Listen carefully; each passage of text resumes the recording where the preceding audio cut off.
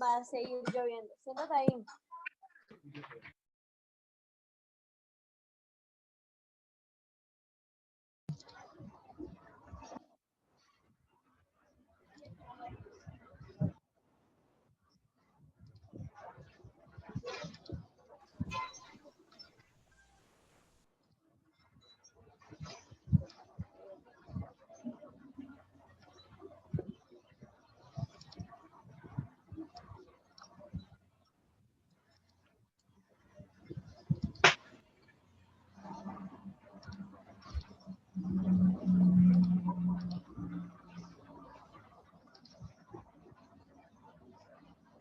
Buenas tardes, ¿me escuchan bien? Aló. Buenas tardes, profesor. Sí, sí se le escucha. Ok, ¿cómo les va? He tenido problemas de conexión también en el día de hoy. ¿Qué les iba a preguntar? Nosotros habíamos quedado por cuadrito, ¿verdad? Estamos en el cuadrito.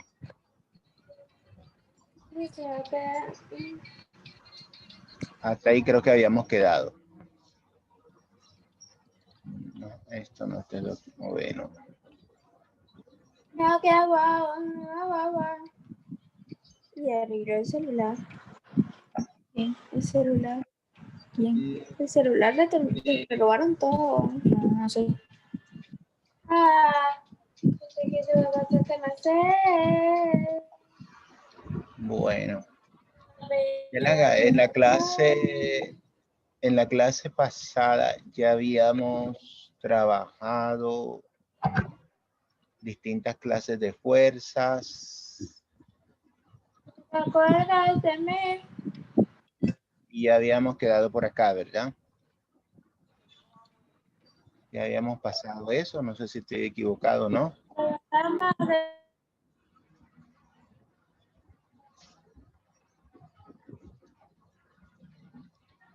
De todos modos, ya habíamos hablado acerca de las fuerzas. Vamos a ver lo que concierne a las fuerzas mecánicas especiales. Habíamos trabajado aspectos importantes, elementos importantes en los vectores, y que estos vectores a nosotros nos van a indicar siempre el sentido de las fuerzas, hacia dónde se están aplicando. Por eso son magnitudes vectoriales, porque tienen una intensidad hacia dónde se vayan a aplicar. No está de más recordarles, jovencitas, que hasta el martes ya hay que definir todo, no solamente de la asignatura mía, sino de todas las asignaturas, ponerse al día, no dejar todo para última hora para decir después que los profesores dejamos demasiadas cosas. Debe ponerse pilas con eso hasta el día martes. Estaré recibiendo. De igual se les va a dejar todas esas grabaciones que estoy haciendo y un material que se les va a compartir para poder solucionar la guía. De por sí, la guía número 1, es parte teórica, tiene unas cosas como para saber distinguir cuáles son las fuerzas que estamos estudiando, y la guía 2, que es prácticamente la práctica de esta guía número 1. Ya usted ya tendrá que saber usar este cuadro que nos aparece aquí, este cuadrito de las fuerzas mecánicas especiales, lo tendremos que aplicar allá. Por ende, es importante que lo tengan a la mano al momento de resolver problemas. Bueno, ya hablamos del peso. El peso es una representación gravitacional, una fuerza gravitacional, una fuerza gravitatoria que atrae los cuerpos hacia el centro de la Tierra. Y ya nosotros dimos un elemento clave que es el centro de masa, Lo situaron centro de gravedad o centro de masa cuando hicimos el ejercicio de la foto, tomándola en el momento del equilibrio, ya sea del cuaderno. Ese punto donde se concentra toda la masa, eso es lo que significa realmente el centro de masa o centro de gravedad. Y ahí actúa principalmente la gravedad. Y por ende, siempre en las figuras, en las gráficas, en los objetos, siempre dibujaremos esa fuerza desde el centro de masa hacia abajo, porque está siendo atraído hacia el centro de la Tierra. Ahí lo podemos apreciar en la figura. Hay una modelación, la modelación está ahí. Peso es igual a masa por gravedad. Si el peso aumenta, la gravedad también, porque ya aumentó. O si disminuye el peso, es porque la gravedad disminuyó. Ahora puede considerarse la masa en mayor tamaño. Si aumenta la masa, no se mantiene la misma, entonces también aumentará el peso. O si disminuye la masa, disminuirá el peso. Depende de la variable que tú vayas a dejar constante. Son directamente proporcionales ambas. Vimos la normal. La normal es una fuerza que aparece debido a la interacción entre el cuerpo analizado y una superficie sólida. Importante lo que está diciendo ahí. Interacción. Interacción quiere decir que está en contacto. Nos da la pista de que está en contacto. Y esencialmente un cuerpo tiene normal cuando está en contacto con otro. No puede ser que esté suspendido, esté colgado. Ahí no se puede decir que el cuerpo tenga una normal.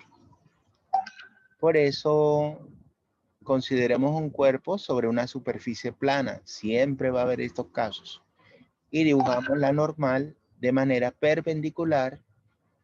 Fíjate que cuando hablamos de manera perpendicular estaremos hablando de que la normal va a formar un ángulo de 90 grados con respecto a la superficie. Y la normal es lo que trata o lo que evita que el cuerpo caiga hacia el suelo. Puede variar, puede estar inclinada o no estarlo, o estar apoyada en dos superficies. Como lo podemos ver ahí en las dos figuras finales, en la segunda vemos que está inclinado, y si está inclinado, la superficie inclinada sobre la cual está apoyada experimenta una normal. Y esta se va a dibujar de esa manera. Ahora, si vemos en el tercer objeto, que él está apoyado a dos superficies, cada superficie le llamaremos o tendrá o experimentará una normal. Podemos bautizarla también como normal 1 y normal 2, para darnos a entender de que hay dos fuerzas normales. Y por supuesto, entre las dos normales se puede sacar una fuerza normal resultante. Lo que nos dice ahí simplemente es que dibujamos la normal perpendicular a la superficie de contacto, empujando los cuerpos que estamos analizando. Si el peso está hacia abajo, la normal nada más bastaría con verlo hacia donde está apoyado el cuerpo y dibujarlo formando un ángulo de 90 grados. Bien, tenemos una tercera fuerza que se llama la fuerza de tensión. La tensión es muy importante. ¿Por qué? Porque es una fuerza que aparece debido a la interacción entre cuerpos que estén precisamente sujetos a cuerdas, cables o cordeles, o de manera equivalente por otro artefacto que los una. Se manifiesta como una resistencia a que estos cuerpos sean estirados. La tensión se dibuja sobre la cuerda hablando del cuerpo que se está analizando. Si es la misma cuerda ideal, su peso es despreciable. A tenerlo en cuenta. que mantiene unidos ambos bloques. El módulo de las tensiones también podríamos asegurar que son iguales. Si podemos apreciar, bueno, el símbolo de la tensión es T, podemos apreciar en ese bloque, nos podemos dar cuenta claramente que ambos bloques, todo ese sistema, tiene dos bloques, dos masas. Por lo tanto, hay que analizar si están unidos o no por una cuerda. El análisis nos lo lleva a pensar de que sí, hay una misma cuerda o un mismo hilo y ese hilo está unido y sujeto a cada bloque, y como cada bloque tiene una masa y también un peso, entonces estos bloques están siendo alados y la resistencia para que no se caiga la hace precisamente la cuerda o el hilo o lo que esté considerándose ahí. Está sosteniendo ambos bloques. Cada bloque está tensionando la cuerda. Va a haber una resistencia. Si esa resistencia ya va a depender del material del hilo. Si el hilo es bueno, resiste. Si no lo es, se parte. Aunque también hay que tener en cuenta que el hilo tiene un límite. No podemos colocar por colocar y colocar y colocar y seguir colocando y el hilo no se vaya a partir. Sí se puede partir. Esta fuerza de tensión a nosotros nos hace recordar también cuando en los supermercados usted compra y no puede estar metiendo en una misma bolsa tantos artículos. Porque, ¿qué le pasa a la bolsa plástica si mete muchos artículos? A ver, ya preguntándoles acá abierto. ¿Qué le pasa si usted mete muchos artículos en una bolsa plástica? Dime. Se rompe. Quiere decir que la bolsa plástica también tiene una resistencia. Y de cierta manera esa resistencia se puede mirar como si fuera una tensión que soporta la bolsa. Por eso las bolsas estarán adecuadas o estarán diseñadas para soportar un límite de peso. De lo contrario ya no resistiría. Bueno, pero fíjense que ahí vemos en esa misma figura una serie de elementos que también podríamos como que sacarle el análisis. Cada bloquecito, el bloque A o masa A y masa B o bloque B, está apoyado sobre cada superficie inclinada. Eso sería un plano, así se le llamará, un plano doble inclinado, donde ese plano tiene dos inclinaciones. Generalmente a los planos se les llaman con las letras griegas a los ángulos de la base. Ahí tenemos el ángulo alfa y el ángulo beta. Entonces, ese plano inclinado, doble inclinado, tiene dos caras inclinadas.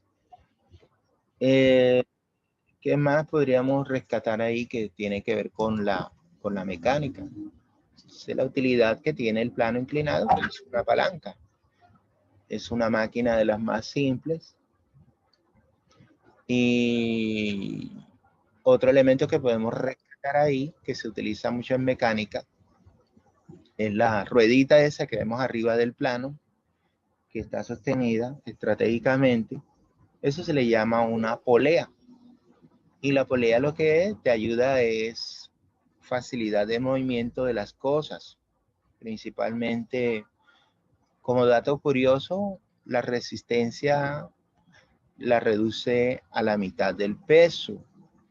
Por eso la polea es la invención más grande. Se le atribuye a Galileo. Gracias a él, la polea facilita mucho el trabajo a las personas. ¿Dónde se aplica? Tiene una infinidad de cosas para aplicarse. Por ejemplo, cuando lo hemos visto también, cuando van a sacar agua de un pozo. El agua de un pozo tiene un torno o tiene una polea, y con eso el torno también es una máquina que facilita el trabajo para subir los baldes con agua mediante esa polea que le damos con una manija vuelta, van subiendo. Ese es en el caso de pronto más usual que hemos visto. También las poleas las hemos visto que la utilizan mucho en los edificios, sobre todo cuando van a limpiar el vidrio afuera, externo. Se utiliza mucho en esos casos. En un motor eléctrico también, en el caso de un elevador. Ustedes fíjate que para que pueda funcionar esa polea, efectivamente tiene que tener una cuerda, y esa cuerda tiene que ser resistente. En el caso de un ascensor, si se nos ocurre alguna vez mirar en un ascensor por dentro que tiene, cómo funciona, vamos a encontrar una combinación de poleas, se le llaman polipastos, y esos polipastos facilitan mucho, aligeran el peso que debe tener el ascensor. De lo contrario, no habría potencia para subir el ascensor.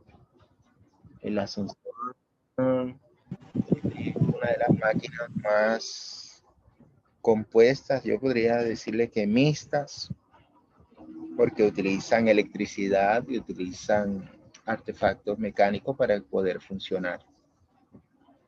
Bien, tenemos una cuarta fuerza que es la elástica. La elástica es una fuerza que aparece debido a la interacción entre los cuerpos, el analizado y los cuerpos elásticos. Son los llamados resortes, y se manifiesta como una resistencia a que estos sean deformados. En el lenguaje común le decimos se estiró el resorte o no. Lo podríamos decir que se estiró o se comprimió. Se estira es cuando se aleja de la posición de equilibrio, y se comprime cuando se acerca más allá de la línea de equilibrio. Si nos damos cuenta en la figura del lado, podemos distinguir entre lo que es un resorte en estado natural, cuando no se deforma, o cuando, por el contrario, vemos en la segunda figura, al colocarle una masa, al colocar un objeto que pesa, mira hacia dónde se dibuja el peso. Entonces, este peso provocará que se deforme el resorte. Al deformarse el resorte, de manera automática, el resorte trata de regresar a su estado original. Miremos esa línea horizontal que vemos allí. Esa es la línea horizontal de equilibrio, que le podríamos decir a este sistema masa-resorte. Está compuesto de un bloque que tiene una masa y está compuesto de un resorte. Ya lo tanto que se logre estirar el resorte o lo tanto que se logre deformar, nosotros le atribuiremos una fuerza elástica. Entonces la fuerza elástica, si se dan cuenta, va en sentido contrario al peso, y eso sería una explicación de por qué en la modelación que vemos a la izquierda aparezca el negativo, para recordarnos ese detalle, que la fuerza elástica va en sentido contrario al desplazamiento. Y en la tercera figura que vemos a la derecha, vemos, por supuesto, cuando aplicamos una fuerza mucho más allá de la línea de equilibrio, el resorte comienza a comprimirse. Si se comprime, lo más obvio es que se aproveche esa energía potencial elástica que la vamos a conocer más adelante para construir artefactos que sirvan para ser lanzados. Así entenderemos cómo funciona una flecha, así entenderemos cómo funciona un lanzador automático,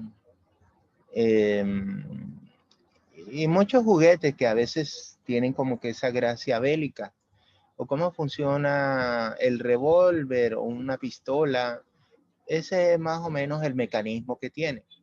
Se comprime y se le da un impulso, se libera y toda esa energía impulsa el objeto que vaya a ser lanzado. Para ello, en estos problemas vamos a considerar un resorte en el cual su masa es despreciable. O sea, el resorte no influye mucho. En el interior del resorte surge una fuerza que se opone a la deformación del resorte. Esa es la fuerza que llamamos fuerza elástica. Ahora, dentro de la modelación, vamos a encontrar unos elementos menos, ya sabemos, porque se mueve en dirección contra el desplazamiento. La K es lo que le llamaremos nosotros una constante elástica o constante de elasticidad. Profe, ¿y eso qué tiene que ver la constante de elasticidad? ¿Eso qué es?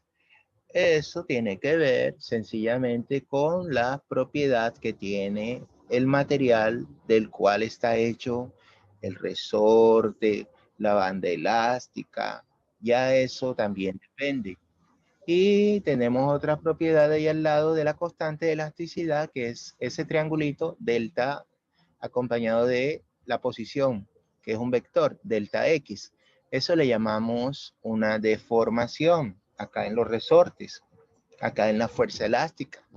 Y esa deformación ya es conocida por nosotros, porque ya nosotros hemos visto en el primer periodo esa modelación que aparece afuera, abajo, delta X, o sea, desplazamiento, cuando vimos un principio de la cinemática, desplazamiento es igual a la posición final menos la posición inicial, que es lo que necesitas hacer. Esa modelación, en otras palabras, es lo que le llamaremos la ley de Hooke, o también como lo conocen como la ley de los resortes, la ley de los resortes. Todo resorte que se deforme va a experimentar una fuerza elástica, y esa fuerza elástica se opone siempre en sentido contrario al movimiento del mismo resorte. Muy bien. Entonces, ya viendo lo anterior, el resorte, eso es un sistema que ustedes van a estudiar mucho en 11, sistema masa-resorte, para poder, más o menos por el movimiento que él hace, estudiar el llamado movimiento armónico simple, que es otro movimiento, además de los movimientos que hemos estudiado. El movimiento pendular es otro también que ustedes también van a estudiar conjuntamente, el péndulo simple y el sistema masa-resorte, es lo que forma parte de la primera unidad del primer periodo del grado 11, que yo creo que va a ser del segundo porque tienen que dar algo de termodinámica y fluidos, que es lo que no hemos podido avanzar hasta ahora. Bueno, entonces tenemos rozamiento o fricción como la quinta fuerza. Esa quinta fuerza es muy importante porque es una fuerza que aparece debido también a la interacción entre el cuerpo analizado y una superficie sólida, que le podemos notar que es áspera o rugosa. Es necesario que exista un movimiento o intento de movimiento entre dichas superficies. Esencialmente eso. Ahora,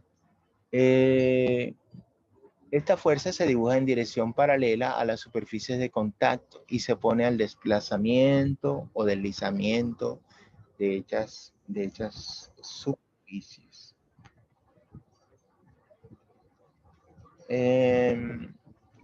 Una modelación, ahí la tenemos Ahí tenemos esa modelación. ¿Qué dice esa modelación? Dice la fuerza de rozamiento, o el otro nombre de decir fuerza de fricción, también es válido. Es igual a mu, que esa es la letra griega M minúscula, mu, como si tú estuvieras diciendo miau, el gato, mu por la normal. Ahí vemos la influencia o la presencia de esa fuerza, la normal. Bueno, entonces podemos entender que para que haya una fuerza de rozamiento debe haber un contacto que dice a superficie. Hasta ahora las fuerzas que hemos visto que están en contacto con las superficies han sido lo que es la normal, que necesita que esté apoyado sobre una superficie. La fuerza de rozamiento, también una fuerza de contacto, porque requiere de que el objeto esté moviéndose o estar quieto. Por eso es que distinguimos aquí el lado derecho abajo de la figura dos clases de rozamiento. Un rozamiento estático, que depende de un coeficiente de rozamiento estático, mu sub e, que es el que vemos aquí. Y ese mu sub e multiplicado por lo normal me dará una fuerza de rozamiento estático. Para interpretarlo así en nuestra vida real, nuestra vida cotidiana, nos está dando claridad de por qué las cosas,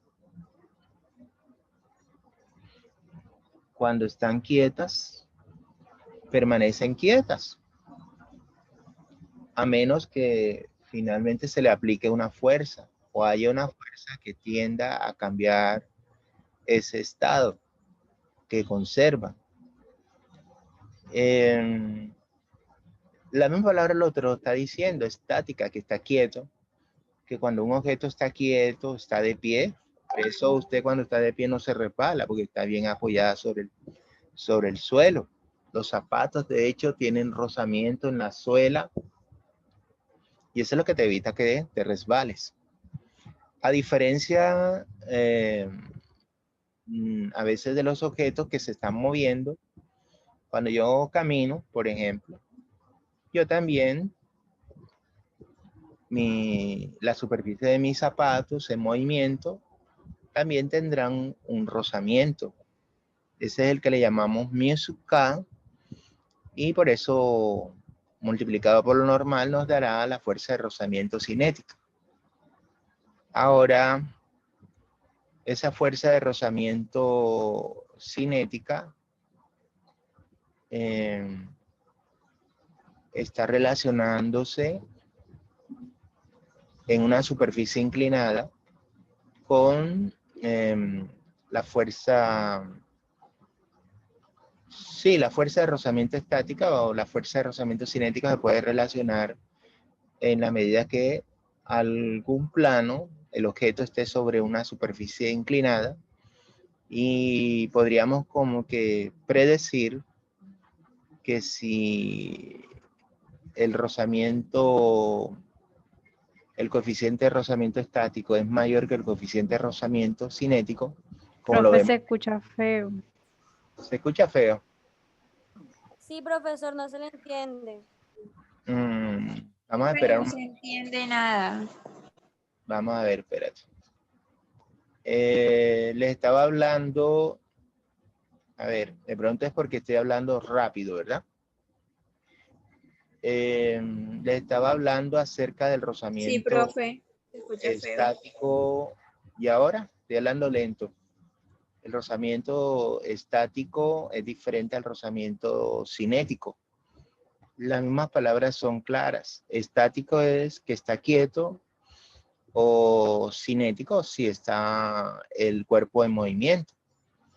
Ahora, si ese cuerpo lo colocamos